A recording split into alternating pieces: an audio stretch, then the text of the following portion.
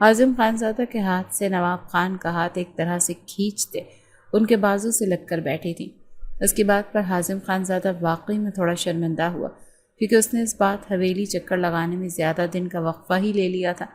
رات کے 9 بج رہے تھے اور اسی وقت سب اپنے اپنے کمروں میں جا چکے تھے، جبکہ حازم اس وقت فرصت سے اپنے دادا جان کے پاس بیٹھا ان کی ٹانگیں دبانے کے ساتھ ساتھ باتیں بھی کر رہا تھا۔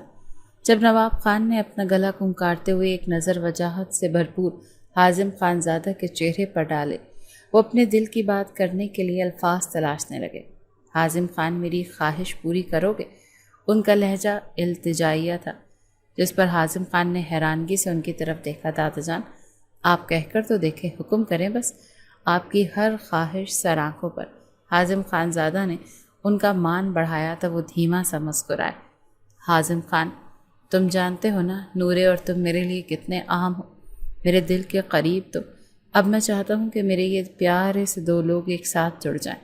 نورے بہت معصوم ہے اور جانتا ہوں ابھی کم عمر بھی ہے، مگر نہ جانے کیوں مجھے لگتا ہے کہ جس طرح میں اس کی حفاظت کرتا ہوں، اس طرح بس تم ہو جو اسے تحفظ دے سکتے ہو۔ نواب خان اپنی بات سے حازم خانزادہ پر قیامت برپا کر چکے تھے کہ وہ ان کی ٹانگوں پر موجود اس کے ہاتھ ایک ہی جگہ جم چکے تھے۔ وہ ساکت سا لب لیے بیٹھا تھا۔ کچھ بولو نا خان۔ نواب خان اس کے چہرے کو پڑھتے دھڑکتے دل کے ساتھ بولے۔ دادا جان، میں کیسے؟ نورے تو مجھ سے بہت چھوٹی ہے۔ حازم خانزادہ کچھ بوکھلا کر بولا تھا۔ دل ہی دل میں وہ سخت بے چین اور پریشان ہو چکا تھا، لیکن وہ دادا جان کو ایک دم سے انکار کرنے کی ہمت نہیں رکھتا تھا۔ کچھ ان کی خرابی طبیعت کا بھی خیال تھا، جانتا ہوں میرے بچے، اسی لیے تو ابھی بس نکاح کا ارادہ ہے، جب وہ 18 کی ہو جائے تو رخصتی کر لیں گے۔ وہ تو جیسے سب سوچے بیٹھے تھے۔ حازم خانزادہ کا چہرہ گہری سنجیدگی کی لپیٹ میں آ چکا تھا۔ اس نے گہری سانس بھرتے دماغ کے گھوڑے دوڑائے، کوئی بہانہ تلاش کرتے منہ کھولا ہی تھا کہ نواب خان نے اٹھ کر بیٹھتے اس کا ہاتھ پکڑا تھا۔ میری نورے کو لوگ ہیں نا اپنے نکاح میں شاید تمہیں ظالم لگ رہا ہوں، مگر کیا کروں بچے، میرا دل 2 جوان بیٹوں کو مٹی تلے دفناتے کمزور ہو چکا ہے۔ ایک یہ نورے ہے جس کی وجہ سے میرے اندر زندگی کی رمق دوڑ رہی ہے، اسی لیے اسے خود سے دور نہیں کرنا چاہتا۔ نواب خان ہر طرح سے حازم خانزادہ کو اپنے گھیرے میں لیتے بے بس کر چکے تھے کہ اسے سب بھول کر اس بات میں سر ہلانا پڑا، اور اس کے سر کی ذرا سی جنبش سے ہی نواب خان جیسے پھر سے جی اٹھے تھے۔ میرا فرما بردار بچہ، تم نہیں جانتے مجھے کتنی بڑی خوشی دی ہے۔ بس صبح ہوتے ہی شام تک تم دونوں کا نکاح پڑھوا دیں گے سادگی سے۔ نواب خان حازم خانزادہ کو خود سے لگائے اس کی پشت سہلاتے اپنا اگلا پروگرام اس کے گوش گزار کرنے لگے تھے، تو حازم خانزادہ کے پاس سوائے ضبط کے اور کوئی چارہ نہیں تھا۔ وہ سختی سے اپنی آنکھیں بند کر گیا تھا، اور اس کے بعد وہ زیادہ دیر نواب خان کے پاس بیٹھ نہیں سکا اور نیند کا بہانہ کرتے جلدی سے اپنے کمرے میں چلا گیا تھا کہ آخر میں کس مصیبت میں پھنس گیا ہوں۔ حازم خانزادہ کمرے کا دروازہ دھاڑ نما آواز کے ساتھ بند کرتے چلایا تھا، نورے، نورے! آخر دادا جان کو اس کے آگے میں نظر کیوں نہیں آتا؟ انہیں بس اس کی پرواہ ہے، میرے جذبات جائیں بھاڑ میں۔ وہ ڈریسنگ ٹیبل پر رکھا اپنا پرفیوم اٹھا کر دیوار پر مارتے اپنا غصہ نکال رہا تھا۔ پھر آخر کار وہ اپنے تھکے اعصاب کے ساتھ بیڈ پر بیٹھتا، بالوں میں ہاتھ پھنسائے سر جھکائے بیٹھ گیا تھا۔ خود کو نارمل کرنے کے لیے وہ واش روم کی طرف بڑھ گیا تھا، اور اس رات سونے سے قبل وہ بس کسی معجزہ ہونے کی امید کے ساتھ نیند میں اترتا چلا گیا۔ لیکن اگلے دن شام کو نکاح کے کاغذات پر دستخط کرتے حازم خانزادہ کی ہر امید ختم ہوتی چلی گئی تھی۔ اس نئے رشتے کے بننے پر حازم خانزادہ کے اندر کڑواہٹ بڑھنے لگی تھی، اور یہ کڑواہٹ کسی صورت میں نکلنی تھی کوئی نہیں جانتا تھا۔ تھوڑی دیر بعد نواب خان اپنے بازو کے حلقے میں نورے کو لیے حازم خانزادہ کے پاس آئے۔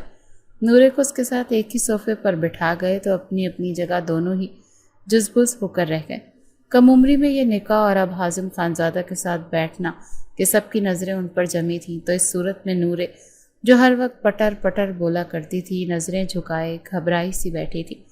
سبھی ان کے ساتھ آ کر بیٹھتے تصویریں بنوانے لگے کہ یہ نواب خان کی خواہش تھی، جبکہ حازم خانزادہ نے اپنی نئی نویلی منکوحہ کی طرف ایک نظر نہیں ڈالی تھی، جو سفید فراک اور ریڈ دوپٹے میں کسی حور سے کم نہیں لگ رہی تھی۔ وہ اس وقت معصوم سی پری بنی سب کا دل مو رہی تھی۔ جب اسی وقت ایک کال سننے کا بہانہ بناتے حازم خان زادہ جلدی سے نورے کے پاس سے اٹھ کر نکلتا چلا گیا، لیکن وہ نہیں جانتا تھا کہ ان لمحوں کو محسوس کرنے کی کس قدر کسک اس کے اندر جنم لینے والی ہے۔ نورے لوڈو کو اپنی بغل میں دبائے اپنے کمرے سے نکلی۔ اس کا رخ دادا جان کے کمرے کی طرف تھا۔ وہ دونوں دادا پوتی بہت مزے سے لوڈو کھیلا کرتے تھے، لیکن آج جب نورے ان کے کمرے میں گئی تو وہ کمرے میں موجود ہی نہیں تھے۔ وہ ان کے مردان خانے میں ہونے کا سوچتے ادھر ہی چلی آئی جب اس کا حازم خانزادہ سے نکاح کے بعد پہلی بار سامنا ہوا، جس سے نورے کے انداز میں تھوڑی جھجک پیدا ہوئی، جس پر وہ جھنجھلا کر رہ گئی۔ تو وہ ایک گہری سانس بھرتے اپنے سابقہ روپ میں واپس آتی حازم خانزادہ سے مخاطب ہوئی تھی۔ چہرے پر شرارتی سی مسکراہٹ بکھری تھی۔ ہم تمہارا دلہن ہے، ہمارے ساتھ لوڈو کھیلے گا؟ وہ اپنی پٹھانی طرز میں ناک سکیڑتی بولی تھی۔ حازم خانزادہ نے اس چھوٹی سی لڑکی کو گھورا تھا، جو تھی تو 12 سال کی، مگر پنگے ہمیشہ حازم خانزادہ سے لینے کی کوششوں میں رہتی تھی۔ شرافت سے اندر جاؤ، اگر مردان خانے میں قدم رکھا تو ٹانگیں توڑ دوں گا۔ یہ اس کے ساتھ کم زیادتی تھی کہ اس نے ایک 12 سال کی لڑکی کے ساتھ نکاح کر لیا، تو کیا وہ اس کے ساتھ لوڈو بھی کھیلے گا؟ حازم خانزادہ کو خود پر جی بھر کر ترس آیا تھا۔ سب صحیح کہتے ہیں، آپ کو بس چتر چتر کرنا ہی آتا ہے، وہ غصے سے کہتے وہاں سے پلٹنے لگی جب حازم خانزادہ نے اس کا بازو پکڑتے اسے اپنے مقابل کیا تھا۔ چھوڑو ہمارا بازو، نورے نے کہتے حازم خانزادہ کی آنکھوں میں دیکھا تو حازم خانزادہ اس کی آنکھوں میں آنسو دیکھتے پل بھر کو تھما تو وہ جھٹکے سے اپنا بازو چھڑاتی بھاگ گئی۔ حازم خانزادہ نے کھڑے کھڑے فیصلہ کیا تھا۔ وہ واپس مردان خانے میں جانے کے بجائے اپنے سیل فون پر سیکرٹری کو کال ملاتے اپنے کمرے کی طرف بڑھ گیا۔ وہ آج شام تک یہاں سے جانے کا سوچ چکا تھا۔ وہ اپنا ضروری سامان لیتا، نکسک سا تیار کمرے سے نکلتا، سب سے ملنے لگا، تو آج وہ سب سے ایسے مل رہا تھا جیسے کہیں لمبے عرصے کے لیے جا رہا ہو۔ وہ اپنی ماں، چچی اور بہن سے ملتا دادا جان کے پاس چلا آیا۔ وہ اس وقت بھی مردان خانے میں موجود تھے کہ انہیں زمینی معاملات کے ساتھ گاؤں کے بہت سے مسائل کو بھی دیکھنا پڑتا تھا۔ انہوں نے کبھی حازم خانزادہ پر کسی قسم کا بوجھ نہیں ڈالا تھا، نہ ہی اس نے حساس کیا تھا کہ اس کے باپ اور چچا جو ایک حادثے میں انتقال کر گئے، ان کے بعد اس گھر کو اس کی ضرورت ہے۔ اسے بزنس میں دلچسپی تھی تو وہ بس اسے ہی بڑھانے میں لگا ہوا تھا۔ ابھی وہ بس اپنے بارے میں ہی سوچتا کہ یہ گھر کیا اپنا ملک چھوڑ کر ہی جا رہا تھا، مگر کہیں دل میں ارادہ تھا کہ شاید کچھ عرصے تک اس کا غصہ ٹھنڈا ہو جائے گا تو وہ واپس چلا آئے گا، مگر وہ نہیں جانتا تھا کہ وہ اپنی واپسی تک کیا کچھ کھو دے گا۔ کیا بات ہے بچے؟ نواب خان سے ملتے جب حازم خانزادہ کافی دیر ان کے گلے لگا کھڑا رہا تو انہوں نے پریشانی سے پوچھا۔ دل میں 100 وسوسے جاگے تھے۔ کوئی بات نہیں، اور ہاں دادا جان، اب آپ نے اپنا بہت سا خیال رکھنا ہے، سمجھے آپ؟ وہ اپنی اداسی چھپانے کی کوشش کرتا پیچھے ہٹتا بولا، اور ایک نظر ان کے چہرے کی طرف دیکھتا خدا حافظ کہتے پلٹ گیا۔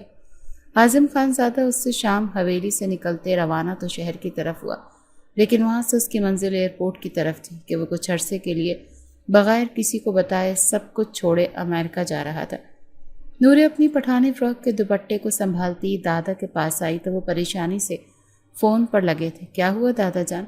نورے نے اس کے پاس بیٹھتی استفسار کرنے لگی تو اس کی طرف دیکھتے ذرا سا مسکرائے۔ وہ میں کب سے حازم کو کال کر رہا ہوں مگر اس کا نمبر بند جا رہا ہے۔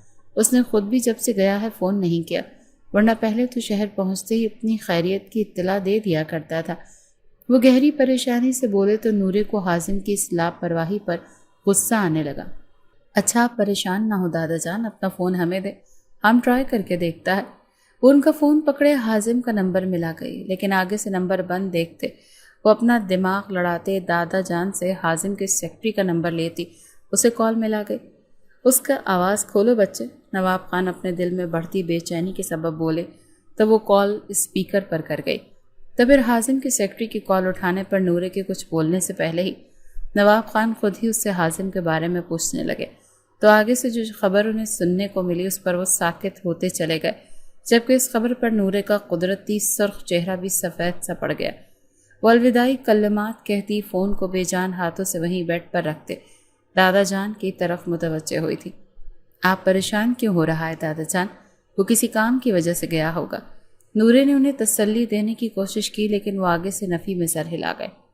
وہ ہمیشہ مجھے بتا کر جاتا ہے تو اب وہ کچھ بولتے بولتے رکے تھے جب نورے کے الفاظ پر چونکتے ہوئے اس کی طرف دیکھنے لگے۔ آپ نے ان کو ہم سے نکاح پر مجبور کیا تھا؟ نورے کے سوال پر وہ نظریں چرانے لگے تو نورے کو جیسے اپنے سوال کا جواب مل گیا۔ آپ دکھی نہ ہو، وہ اگر غصے میں ہے تو کچھ دن تک رابطہ کر لے گا۔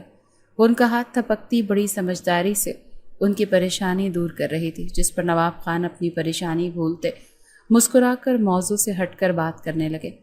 1 مہینہ گزر گیا لیکن حازم خان زادہ نے کسی سے رابطہ کرنے کی کوشش نہیں کی۔ اس کی ایک سنگ دلی پر نواب خان ششدر رہ گئے، لیکن جب ایک دن گل خان کو حازم سے بات کرتے سنا تو غصے سے آگ بگولا ہوتے اسے سختی سے آئندہ یہاں کی کوئی بھی خبر حازم خان زادہ تک پہنچانے کو منع کر گئے۔ انہیں حازم خان زادہ کے ساتھ گل خان پر بھی سخت غصہ آیا تھا۔ حازم خان زادہ جو گل سے یہاں کی ساری خبریں لے کر مطمئن ہو جایا کرتا تھا، اب پریشان ہو کر رہ گیا تھا۔ تب وہ ایک دن نہ چاہتے ہوئے بھی دادا جان کو کال ملا گیا۔ تم یہاں سے کیوں بھاگا؟ نواب خان بغیر سلام دعا کیے آج اپنی پٹھانی لہجے میں بولے تھے، جو ان کے غصے میں ہونے کا پتہ دے رہا تھا۔ میں نہیں بھاگا دادا جان، وہ حازم خان زادہ صفائی دینی چاہی لیکن وہ آگے سے بات کاٹ گئے۔ اسے بھاگ جانا ہی کہتا ہے حازم خان زادہ۔ تم کو نورے سے نکاح سے مسئلہ ہے تو ٹھیک ہے، اس رشتے کو بھول جاؤ اور جیسے اپنی زندگی گزارنی ہے گزارو، ہم تمہاری زندگی میں دخل نہیں دے گا۔ نواب خان زادہ اپنی بات کہتے کال بند کر گئے اور اس کے بعد وہ اپنی ناراضگی میں حازم خان زادہ سے بھی زیادہ پکے نکلے کہ انہوں نے پھر کبھی اس سے بات کرنا گوارا نہیں کیا، اور جب نورے ان سے کہتی کہ انہیں یہ نکاح ہی نہیں کرنا چاہیے تھا تو وہ آگے سے شرمندہ ہو جایا کرتے تھے کہ وہ اپنی خواہش پوری کرنے کے چکر میں نورے کے ساتھ زیادتی کر گئے تھے، کیونکہ حازم کو تو وہ اپنی مرضی کرنے کی اجازت دے چکے تھے۔ ان کا خیال تھا کہ وہ لازماً وہیں امریکہ میں رہتے کسی لڑکی کو اپنی زندگی میں شامل کر چکا ہوگا، لیکن اب وہ نورے کے حق کے لیے کس منہ سے اس سے بات کرتے، اور دوسرا ان کا دل نورے پر طلاق کا دھبا لگوانے سے ڈرتا تھا۔ 5 سال بعد 5 سال کا عرصہ گزر گیا اور اس دوران حویلی میں کچھ بھی نہیں بدلا، بس دادا جان اپنے پوتی کی جدائی میں آدھے رہ گئے تھے کہ حازم خان زادہ کو لگا تھا کہ انہیں اپنے سامنے نورے کے علاوہ کوئی نظر نہیں آتا، تو وہ بھی جواباً ان سے ناراض ہو کر بیٹھ گیا تھا کہ دادا جان آخر ایک دن تو اسے واپس آنے کا کہیں گے تو کیا پتہ نورے سے نکاح ختم کرنے کا عندیہ بھی دے دیں۔ حازم خان زادہ نے 5 سال کا عرصہ نورے اور دادا جان کو یاد کرتے ہی گزارا تھا کہ جیسے ایک کی یاد کے ساتھ دوسرے کی یاد لازمی تھی، مگر وہ نہیں جانتا تھا کہ نورے کو اپنے دل و دماغ میں یاد رکھے وہ بری طرح اس کی ذات کی کشش میں مبتلا ہوا ہے، اور دوسرا نکاح کے پاکیزہ بولوں نے اس کے دل پر اثر کیا تھا کہ وہ جان ہی نہیں سکا تھا۔ جب ایک دن اچانک نواب خان کے مرنے کی اطلاع اس تک پہنچی تو وہ اپنی جگہ جم کر کھڑا رہ گیا۔ اسے لگا شاید اسے سننے میں غلطی ہوئی، لیکن ایسا نہیں تھا، اور وہ اپنی ضد اور غصے میں اپنی قریبی ہستی کو کھو چکا تھا، اور یہ جس کی وجہ سے ہوا تھا۔ حازم کو اس سے نفرت محسوس ہوئی تھی۔ میں تمہیں چھوڑوں گا نہیں نورے خان زادہ۔ حازم خان زادہ پہلی ہی فلائٹ سے پاکستان پہنچا تھا کہ وہ کسی بھی طرح اپنے دادا جان کا آخری دیدار کرنا چاہتا تھا۔ اس نے بڑی منتوں کے بعد دادا جان کی میت کو دفنانے سے روکا تھا، کیونکہ نورے اس حق میں بالکل نہیں تھی، اور یہ خبر بھی حازم تک پہنچ چکی تھی، اور اس چھوٹی سی لڑکی کی اس جرت پر اس کا تیش بڑھا تھا۔ حازم خان زادہ کی آمد پر اس کی ماں اور چچی بہن اس سے لپٹ کر زاروں قطار روئی تو انہیں دلاسا دیتے نم آنکھوں کے ساتھ اپنے دادا جان کے چہرے کو آخری بار دیکھنے کے لیے آگے بڑھا تھا۔ یہاں ایک طرف خاموشی سے آنسو بہاتی چہرہ جھکائے ایک لڑکی بیٹھی تھی جو کہ یقیناً نورے ہی تھی۔ اس نے آگے بڑھتے حازم سے کسی سلام دعا کی ضرورت محسوس نہیں کی تھی، تو حازم کو بھی جیسے پرواہ نہیں تھی۔ حازم آج بھی اس پر غور کیے بغیر بس دادا جان کے چہرے پر نظریں ٹکا گیا، جب تھوڑی دیر بعد ان کی پھپھو کا 24 سالہ جوان بیٹا فراز چہرے پر دکھی تاثرات لیے وہاں آیا اور سیدھے نورے کے پاس بیٹھتا دھیمی آواز میں اسے کچھ کہنے لگا۔ ٹھیک اسی لمحے حازم کی نظر اوپر اٹھی تھی اور سیدھی نورے کے چہرے پر جا پڑی۔ وہ ہمیشہ سے خوبصورت تھی، اور اب وہ جس سوگوار حالت میں سفید لباس میں سر پر سلیقے سے دوپٹہ لیے بیٹھی تھی تو بہت پروقار سی لگ رہی تھی۔ گول سفید چہرہ کچھ سفید کچھ سرخ پڑا ہوا تھا، آنکھیں رو رو کر سرخ ہوتی سوجن کا شکار تھی۔ چہرے کی سنجیدگی اسے عمر سے بڑا دکھا رہی تھی۔ اس کی عمر ابھی ہوئی تو 17 سال تھی، لیکن پھر بھی وہ کہیں سے بھی چلبلی سی لڑتی جھگڑتی نورے نہیں لگ رہی تھی۔ حازم نہ جانے کب تک نورے کو تکتا چلا جاتا کہ جب کچھ اور مرد اندر داخل ہوئے، کیونکہ جنازے کو لے جانے کا وقت ہو چکا تھا۔ تب نہ چاہتے ہوئے بھی حازم نے دیکھا کہ نورے خود دکھ میں نڈھال ہونے کے باوجود گھر کی دوسری عورتوں کو سنبھال رہی ہے۔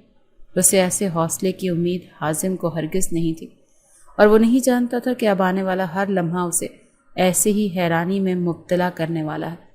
گھر میں آئے کئی مہمان جا چکے تھے، تو ایسے میں گھر کافی سونا سونا سا ہو گیا تھا۔ حازم اپنی ماں اور بہن کے پاس کافی دیر بیٹھنے کے بعد جیسے ہی راہداری کی طرف آیا، نظریں ادھر ادھر دوڑاتے وہ لاشعوری طور پر نورے کو تلاش کر رہا تھا۔ جب آگے بڑھتے ہی اگلا منظر دیکھتے، اس کی آنکھیں پوری کی پوری کھلی اور دل میں شدید جلن پیدا ہوتی چلی گئی، کیونکہ سامنے نورے فراز کے کاندھے کے قریب اپنی پیشانی ٹکائے کھڑی تھی اور فراز اس کے سر پر ہاتھ رکھے کھڑا تھا۔ اس کی یہ نزدیکی حازم کو جیسے دہکتے تندور میں گرا گئی۔ وہ تیز قدم اٹھاتا ان کی طرف بڑھا تھا۔ یہ کیا ہو رہا ہے؟ حازم کی سخت اور کھردری آواز پر نورے جھٹ سے پیچھے ہٹتی، اپنا رخ موڑ کر اپنے چہرے پر بہتے آنسو صاف کرنے لگی تھی۔ وہ یقیناً رو رہی تھی۔ وہ بس لالی نانا جان کا ذکر کرتے جذباتی ہو گئی تھی، تو ہم نے انہیں کھل کر کہا کہ رو لو تاکہ دل پر بوجھ نہ بن جائے، فراز دھیمے لہجے میں کہہ رہا تھا، جبکہ نورے کے چہرے پر ناگواری سی پھیلتی جا رہی تھی۔ وہ اپنے آنسو صاف کرتی اسپاٹ چہرے کے ساتھ فراز کے مقابل ہوتی، اس سے حازم خانزادہ کو یکسر نظر انداز کر دیا، اور یہ حازم کو اپنی توہین لگی۔ وہ یہاں سے جانے کے بجائے نہ جانے کیوں وہیں کھڑا رہا۔ لالا، سب مہمانوں کے سونے کا انتظام ہو گیا نا؟ نورے کے بولنے پر حازم پھر سے چونکا تھا کہ وہ صاف اردو میں بات کر رہی تھی۔ لہجہ اور انداز بہت ذمہ دارانہ سے تھے۔ جی لالی، سب ہو گیا، فراز کے جواب دیتے ساتھ گل خان بھی وہیں چلا آیا تھا، اور وہ بھی حازم کو چھوڑے نورے سے ہی کل دن میں ہونے والی گل خانی کے انتظامات کے بارے میں بات کرنے لگا تھا۔ حازم خانزادہ کو اپنا آپ وہاں غیر ضروری لگا تو وہ خاموشی سے پلٹ گیا، جس پر نورے نے ایک نظر اس کی پشت پر ڈالتے اپنا سر جھٹکا تھا۔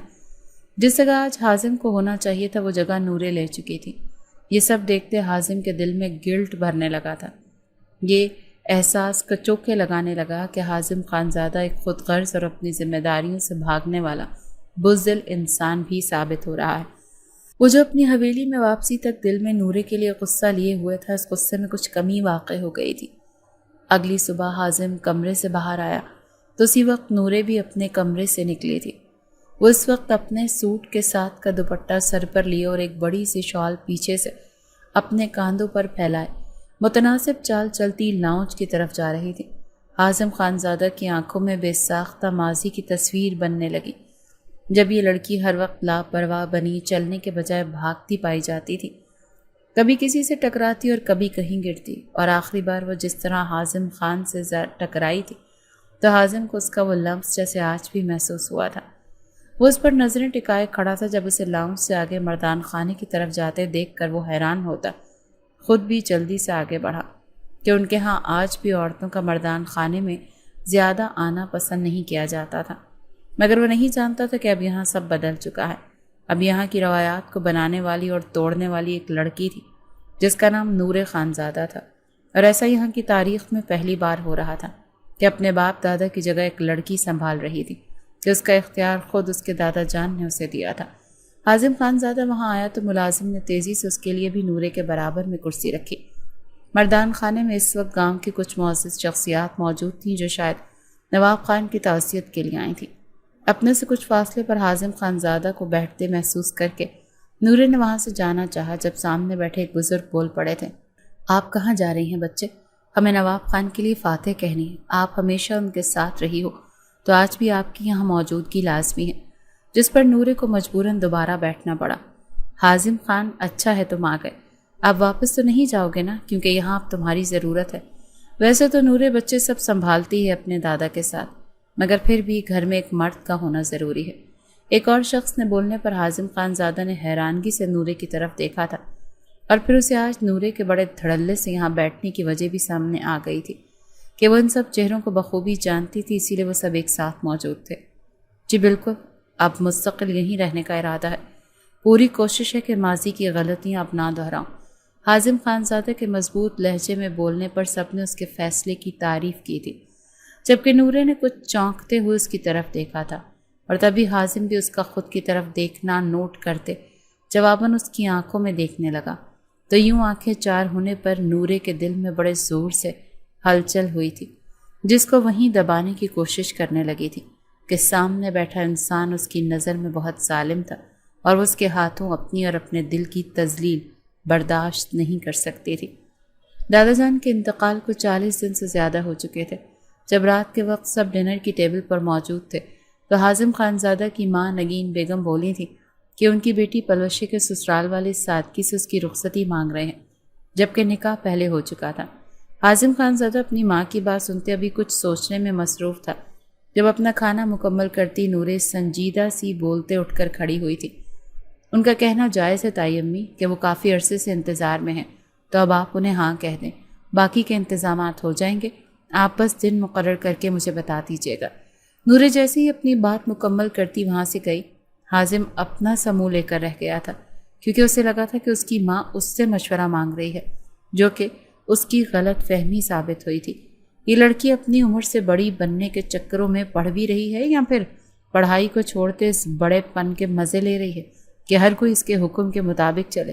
وہ خود سے بڑبڑاتا کھانا زہر مار کرنے لگا کہ وہ آج 2 دن بعد شہر سے حویلی آیا تھا، آج ڈٹ کر گھر کا کھانا کھائے گا، لیکن اب کھانے سے دل اچاٹ ہو چکا تھا۔ وہ سب کو وہیں مصروف چھوڑتے تیز قدم لیتا آگے بڑھا۔ اس کا رخ نورے کے کمرے کی طرف تھا۔ وہ اپنی سوچوں میں گم بلا ارادہ ہی بغیر دستک دیے کمرے میں چلا آیا تھا، اور نورے جو آج پھر حازم کو اپنے ارد گرد موجودگی پر بے سکون سی، اب کمرے میں آتے گہرے سانس بھرتے اپنی کتابیں کھولنے والی تھی۔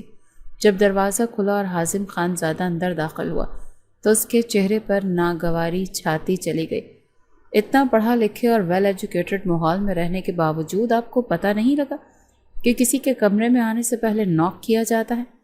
نورے حازم کو دیکھتے تڑک کر بولی تو حازم خانزادہ دل میں اپنی حرکت پر نادم ہونے کے باوجود دھڑلے سے بولا، تم بھول رہی ہو کہ تم میرے نکاح میں ہو۔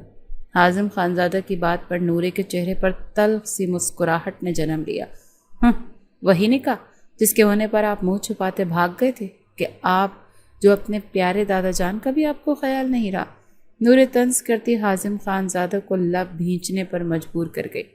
جو بھی کہو، نکاح تو ابھی بھی قائم ہے۔ وہ ڈٹائی سے بولتا آگے بڑھتا اس کے نزدیک آنے لگا، اور اب زیادہ عرصہ قائم نہیں رہے گا، کیونکہ دادا جان مجھے اجازت دے کر گئے کہ آپ کی اپنی زندگی میں کسی کو شامل کرتے ہی میں آپ سے علیحدگی کا مطالبہ کر سکتی ہوں کہ مجھے بھی اپنی زندگی اپنی مرضی سے گزارنے کا اختیار حاصل ہے۔ وہ سختی بھرے لہجے میں بولتی اعتماد سے حازم خانزادہ کی آنکھوں میں دیکھ رہی تھی، جبکہ اس کی علیحدگی والی بات حازم خانزادہ کے دل میں تکلیف پیدا کرنے کا سبب پیدا کرنے لگی تھی۔ اپنی اس بدلتی حالت پر حازم نے بغور نورے کا چہرہ جانچا تھا کہ وہ ایک مرد ہوتے ہوئے خود کو اس نکاح کی قید میں پاتا تھا، تو کیا نورے پر ایک لڑکی ہونے کے باوجود اس نکاح کے پاکیزہ بندھن نے کوئی اثرات نہیں چھوڑے؟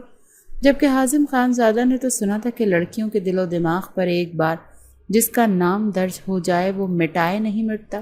حازم خانزادہ کے دل میں جانے کیا سمائی کہ اس نے اپنا ایک ہاتھ بڑھاتے نورے کے نرم و ملائم سا ہاتھ پکڑا اور ایک جھٹکے سے اسے اپنی طرف کھینچا اور خود سے لگا گیا تھا کہ اس افتاد پر نورے کا وجود ساکت پڑا، جبکہ حازم خانزادہ تو اس روئی جیسی وجود کے گرد اپنی باہوں کا حصار باندھتا کسی اور ہی دنیا میں جا بسا تھا۔ دل و دماغ میں ایسی سکون کی لپٹیں اتریں کہ وہ آنکھیں بند کرتا نورے کے سر پر اپنی ٹھوڑی ٹکا گیا کہ نورے کا قد اس کے مقابلے میں کافی چھوٹا تھا کہ وہ بس اس کے سینے تک ہی آ رہی تھی۔ پلوشا کی شادی ہو جائے تو سوچتا ہوں اس بارے میں بھی، تم فکر نہیں کرو کہ میں بھی اب تنہا رہتے رہتے تھک گیا ہوں۔ دل میں شدت سے خواہش جاگی ہے کوئی ایسا وجود ہو جس کے ہوتے میری ساری بے سکونی اور تھکاوٹ دور ہوتی چلی جائے۔ حازم خانزادہ لبوں پر نامعلوم سی مسکراہٹ لیے اسے اسی طرح اپنے حصار میں قید لیے کھڑا بولا تو اس کے الفاظ پر نورے کا ضبط ٹوٹا تھا۔ وہ غصے سے لال سرخ پڑتی اپنا پورا زور لگاتی کچھ فاصلے پر ہوئی تھی۔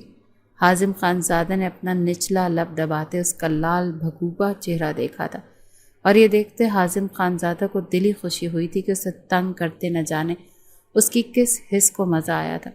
نورے نے اس کھڑوس انسان کو غصہ سے گھورا تھا جو بے شرموں کی طرح باہوں میں اسے لیے کھڑا تھا اور مستقبل کے سہانے خواب وہ کسی اور کے لیے سجا رہا تھا۔ یہ کیا حرکت تھی؟ مجھے آپ سے اس بے شرمی کی امید نہیں تھی۔ خود پر حازم خانزادہ کے لمس کا احساس پاتے نورے کا وجود لرزنے سے لگا تھا۔ کیسی بے شرمی ڈیئر؟ میں یہ بے شرمی کرنے کا شرعی اور قانونی حق رکھتا ہوں۔ حازم خانزادہ کاندھے اچکاتا ایک بار پھر اپنا ہاتھ آگے بڑھاتے اس کے چہرے پر جھولتی لٹ کو چھونے لگا تو وہ جلدی سے پیچھے ہوئی تھی، جس پر حازم خانزادہ تو کھل کر ہنس دیا، جبکہ نورے کو اس سے خطرہ محسوس ہوا کہ وہ امریکہ میں رہتے کچھ اور سیکھا تھا یا نہیں، لیکن بے شرمی ضرور سیکھ کر آیا تھا۔ آپ جائیں میرے کمرے سے۔ وہ اپنا ہاتھ دروازے کی سمت بڑھاتی اسے جالنے کا بولنے لگی تو حازم خانزادہ دوبارہ سے سنجیدہ ہوا تھا۔ جا رہا ہوں میں، بس یہ کہنے آیا تھا کہ اپنی چھوٹی سی جان کو زیادہ کھپانے کی ضرورت نہیں ہے۔ تم بس اپنی اسٹڈی کی طرف توجہ دو، باقی کے مسئلے مسائل میں دیکھ لوں گا۔ حازم خانزادہ نے ایک نظر کمرے میں موجود اسٹڈی ٹیبل پر بکھری کتابوں کو دیکھتے کہا، آپ کی بڑی مہربانی کہ آپ خود کا خیال آ گیا۔ نورے منہ بنائے بولی تو حازم خانزادہ اس پر ایک گہری نظر ڈالتا پلٹ گیا تھا کہ اسے پتہ لگ گیا تھا کہ نورے کو بڑا بننے میں کوئی دلچسپی نہیں ہے، وہ بس ذمہ داری سر پر پڑنے پر انہیں نبھا رہی تھی، جبکہ نورے اس کے کچھ بولتے رویوں، انداز اور اس کے آخری خود کے اندر تک اترتی نظروں پر ہکا بکا سی کھڑی رہ گئی تھی۔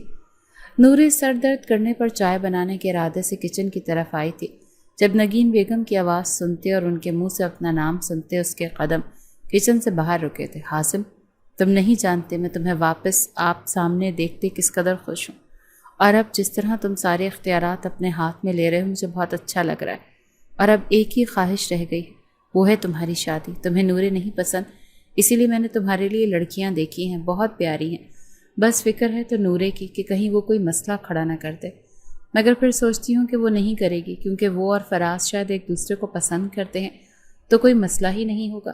نگین بیگم خود سے ہی اندازے لگاتی بول رہی تھی تو ان کی آخری بات پر یہاں حازم خانزادہ کا چہرہ سپاٹ پڑا، وہیں نورے لب بھیجے کچن میں چلی آئی۔ تائی جان، آپ کو میرے بارے میں فکر مند ہونے اور کسی قسم کے اندازے لگانے کی ضرورت نہیں، آپ بس اپنے بیٹے کے لیے لڑکی پسند کرتے ان کی شادی کا ارمان پورا کریں، مجھے کوئی اعتراض نہیں۔ اور ہاں، فراز کو میں نے ہمیشہ اپنا بھائی سمجھا ہے اور وہ بھی مجھے اپنی چھوٹی بہن سمجھتا ہے، اور وہ کسی کو پسند کرتا ہے تو بہت جلد پپوز کا رشتہ لے جانے والی ہے۔ بغیر جھجکے نورے اپنی بات مکمل کرتی چائے کو بھولتی ویسے ہی واپس اپنے کمرے میں چلی آئی کہ اس بار اس کی چال میں لڑکھڑاہٹ سی تھی۔ وہ بڑی مشکل سے کمرے میں داخل ہوتی بیڈ کے نزدیک پہنچی تھی اور بیڈ پر بیٹھنے کے بجائے وہ نیچے بیٹھتی چلی گئی تھی۔ اس نے اپنا چہرہ دونوں ہاتھوں میں چھپایا تو رخساروں پر بہتی آنسوؤں کی نمی ہتھیلیوں پر جمع ہونے لگی تھی۔ وہ جو یہاں تک آتے خاموش آنسو بہاتی آئی تھی، اب تنہا ہوتے وہ بلک بلک کر ہچکیوں سے رو دی تھی، جو اس بات کا اظہار تھا کہ دل کو لاکھ پتھر کرنے کے باوجود وہ اپنی زندگی میں آنے والے پہلے مرد حازم خانزادہ سے بے انتہا محبت کرتی ہے، جو اس کا ہوتے ہوئے بھی نہ جانے کب کس کا ہو جائے کچھ پتہ نہیں۔ اس رات حازم خانزادہ کے الفاظ اور اب نگین بیگم کے منہ سے اس کی کسی اور لڑکی سے شادی کا سنتے وہ ماتم منانے میں لگی تھی، جبکہ حازم خانزادہ جو دروازے کی دہلیز پر کھڑا تھا اسے جیسے اپنے سارے سوالوں کے جواب مل گئے۔ وہ کچھ دیر وہاں رہنے کے بعد پلٹ گیا تھا کہ چہرے پر بہت سی پرسوچ لکیریں تھیں۔ حازم خانزادہ کو لگا تھا کہ نورے اس کے وجود کی نفی کر رہی ہے، اسے اس سے اس رشتے میں جڑے رہنے اور الگ ہونے سے کوئی فرق نہیں پڑتا، تو اسے برا لگا تھا۔ وہ کچھ غصے میں اپنی ماں کو کچھ کہے بغیر نورے کے کمرے کی طرف چلا آیا۔ یہاں اسے یوں تکلیف سے روتا دیکھ حازم خانزادہ کو دکھ ہوا تھا تو وہیں دل میں اطمینان اترا تھا کہ وہ بس اوپر اوپر سے ہی اس سے علیحدگی کے دعوے کرتی ہے۔ نورے نے بڑی مشکل سے خود کو پلوشہ کی شادی تک حویلی میں روک کر رکھا تھا کہ اس کے بعد وہ فوری اپنی پڑھائی کے لیے ہاسٹل میں شفٹ ہونے کا ارادہ کیے ہوئے تھی۔ اصل میں یہ حازم خانزادہ کی دوسری شادی کی خبروں سے فرار کی ایک کوشش تھی۔ آج پلوشے کا ولیمہ تھا جس پر جانے کے لیے نورے ہلکا پھلکا سا تیار ہو کر اپنے کمرے سے نکلتی آگے بڑھی تو اسی پل حازم خانزادہ بھی اس کے ہم قدم ہوا تھا۔ وہ کسی سے کال پر بات کرنے میں مگن تھا جب نورے نے اپنے قدموں کی رفتار میں تیزی لاتے اس سے آگے بڑھنا چاہا تو وہ بھی اپنی رفتار میں تیزی لے آیا، اور پھر جیسے ہی نورے دھیمے پڑی وہ بھی چیونٹی کی رفتار سے چلنے لگا۔ اسے خود کو تنگ کرتے دیکھ نورے رک کر کھڑے ہوتے اسے گھورنے لگی تھی۔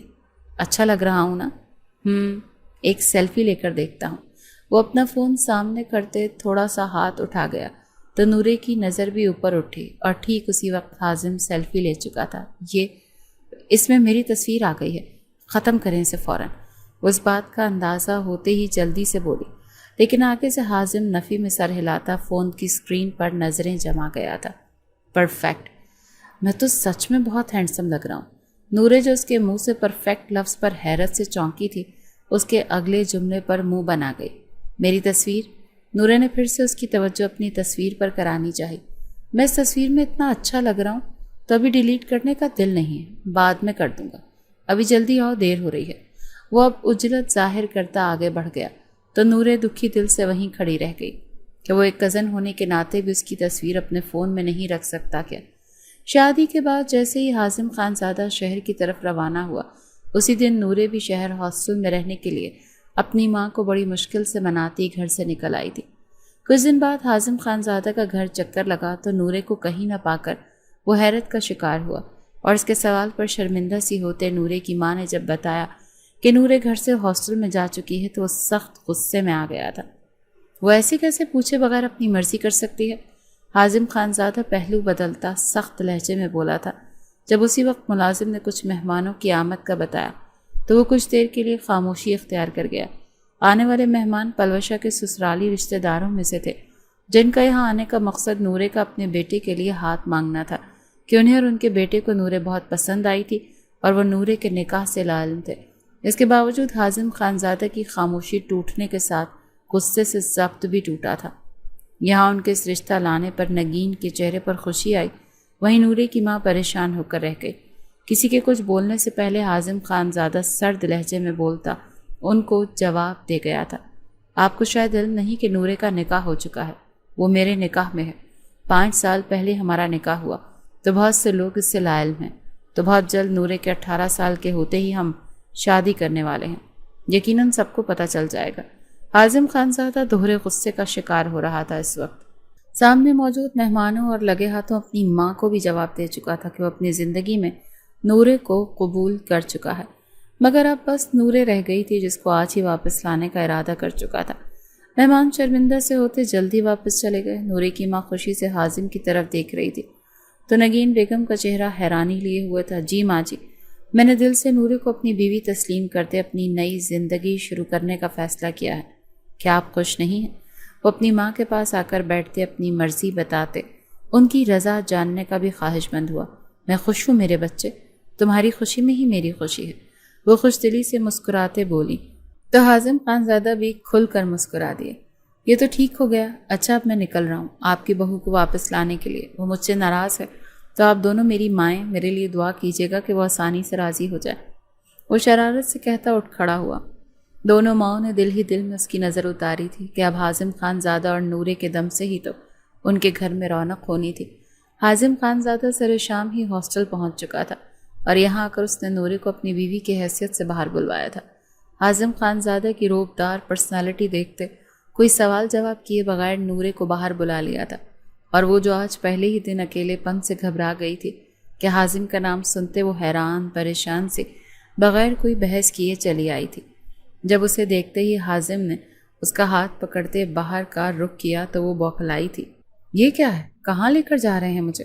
وہ سختی بھرے لہجے میں بولی۔ واپس گھر، وہاں جا کر تمہارا دماغ ٹھکانے لگاتا ہوں جو بہت زیادہ ہی اپنی مرضی کرنے لگا ہے۔ کسی سے کوئی صلاح مشورہ کرنا تمہاری شان کے خلاف ہے کیا؟ جواباً وہ بھی سختی سے بولتا بغیر رکے آگے بڑھتا چلا گیا۔ وہ میرا سامان، نورے نے پیچھے کی طرف اشارہ کیا، پھر آ کر لے جائیں گے۔ حازم خانزادہ نے اپنی گاڑی قریب آ کر نورے کو فرنٹ سیٹ پر بٹھاتے جواب دیا۔ تب سوائے صبر کے نورے کے پاس اور کوئی چارہ نہیں تھا۔ کس کے کہنے پر لینے آئے ہیں؟ نورے سنجیدہ سا چہرہ لیے باہر دیکھتی سوال کر گئی۔ اپنے دل کے کہنے پر۔ فٹ سے جواب ملنے پر نورے نے آنکھیں پھاڑے اس کے الفاظ اپنے دماغ میں پھر سے دہرائے۔ نورے نے اس کے جواب کو سیریس نہیں لیا تھا۔ کہاں لے کر جا رہے ہیں مجھے؟ وہ اپنا سوال بدل گئی۔ تمہارے دوسرے گھر، اگر تمہیں پڑھنا ہے تو وہاں رہ کر پڑھو۔ حازم نے ایک نظر نورے کے الجھے چہرے پر ڈالی۔ وہ یقیناً اپنے شہر والے گھر کی بات کر رہا تھا۔ طرز کھا رہے ہیں مجھ پر یا پھر ہمدردی؟ وہ فل کانفیڈنس سے اس کی طرف رخ کرتے پوچھنے لگی۔ نہ ہی طرز اور نہ ہی ہمدردی ہے، یہ بلکہ محبت کی شروعات ہے۔ وہ بھی ایک جگہ گاڑی روکتے مکمل اس کی طرف متوجہ ہوا۔ آپ کے لیے یہ سب اتنا آسان ہے؟ کسی کو چھوڑ کر جانا پھر اپنا لینا؟ وہ استجاب بھرے لہجے میں سوال کر گئی کہ دل میں حازم کو کسی بھی بات کو لے کر شرمندہ نہ دیکھ وہ دکھی ہوئی تھی۔ بہت مشکل ہے، اسی لیے تو تم سے معافی مانگتے تمہیں خود سے اپنے لیے مانگ رہا ہوں۔ I am sorry for every thing. وہ ہچکچاہٹ کے بغیر معافی مانگ گیا تو نورے کو سمجھ نہیں آئی کہ وہ اب کیا بولے۔ تب حالات ایسے تھے کہ غصے میں سمجھ ہی نہیں آیا کہ کیا کر رہا ہوں۔ تمہیں پتہ ہے نورے، جب تم پیدا ہوئی تھی تب سے ہی دادا کی توجہ اپنی طرف کھینچ گئی تھی، اور ان کی یہ بٹی توجہ مجھے شروعات سے جلن کا شکار کر گئی تھی، اور پھر ہر بار مجھے لگنے لگا کہ دادا جان تمہیں مجھ پر فوقیت دینے لگے ہیں، اور پھر تمہیں ہمیشہ کے لیے اپنے ساتھ اپنے سامنے رکھنے کے لیے وہ جس طرح مجھے نکاح کے لیے کہنے لگے تو دل میں بے اختیار ان کے لیے شکوہ پیدا ہوا کہ وہ اب بھی تمہارے لیے ہی سوچ رہے تھے۔ وہ اپنے دل کی حالت بیان کر رہا تھا۔ تو پھر اس سب کے باوجود کیسے قبول کر رہے ہیں مجھے، یا پھر دادا جان کی خواہش پر دل کو جھکا رہے ہیں؟ وہ دھڑکتے دل سے بولی تھی۔ ہاں، دل کو جھکا تو رہا ہوں، مگر صرف تمہاری محبت میں۔ اپنے غصے اور جلن میں تم میرے دل و دماغ پر ایسی چھائی ہو کہ اب وہی دل و دماغ تمہارے عادی بنتے چلے گئے ہیں، اور عادت محبت سے زیادہ خطرناک ہوتی ہے۔ اس کا لہجہ اور الفاظ اس کے سچے ہونے کا یقین دلا رہے تھے۔ نورے بھی زیادہ اکڑ نہیں دکھا سکی کہ جب وہی دل کا مکین تھا تو اوپر اوپر سے کیا غصہ کرتی کہ اس کے بغیر گزارا بھی تو نہیں تھا۔ بس ایسی ہے آپ کی محبت کہ روکھا پھیکا سا اظہار کر کے کام نمٹا لیا۔ دل ہی دل میں خوش ہوتے وہ اب کی بار مصنوعی خفگی سے بولی تو وہ آگے سے ہنس دیا تھا۔ نہیں ملکہ عالیہ، آپ کے لیے آپ کے شایان شان تیاری کی گئی ہے، وہیں جا رہے ہیں ہم۔ مسکراتے لہجے کے ساتھ وہ گاڑی دوبارہ سٹارٹ کر گیا تھا۔ حازم خانزادہ نوری کو لیے ساحل سمندر پر آیا۔ یہاں مختلف پردے لگاتے، لائٹنگ کرتے تھوڑی سی جگہ کو بہت خوبصورت سا بنا دیا گیا تھا۔ نوری اس ناچیز کی تمام غلطیاں معاف کرتے ہوئے، کیا تم میری بننا پسند کرو گی؟ وہ زمین پر اپنا گھٹنا ٹکائے اس کا ہاتھ پکڑے اسے پرپوز کر رہا تھا۔ نورے ان لمحوں کی خوبصورتی میں قید ہوئی تھی۔ وہ دھیرے سے سر ہلا گئی تو حازم نے مسکراتے اس کی انگلی میں رنگ پہنائی تھی۔ بہت پیاری ہے۔ اپنی انگلی میں چمکتی ڈائمنڈ رنگ دیکھتے وہ چہکتے ہوئے بولی تو حازم اٹھ کھڑا ہوا، اور کھڑا ہوتے اس کو جھٹکا دیتے خود سے لگاتے اس کی بولتی بند کر گیا، مگر تم سے کم، کہ مجھے تم سب سے زیادہ خوبصورت لگنے لگی ہو۔ اسے اپنے حصار میں لیے آسودگی سے بولتے آنکھیں بند کر گیا۔ شکریہ حازم، مجھے یہ خوشی دینے کے لیے۔ دادا جان ہمیں ساتھ دیکھتے تو بہت خوش ہوں گے۔ وہ مطمئن لہجے میں بولتی اس کے سینے پر سر رکھ گئی تھی۔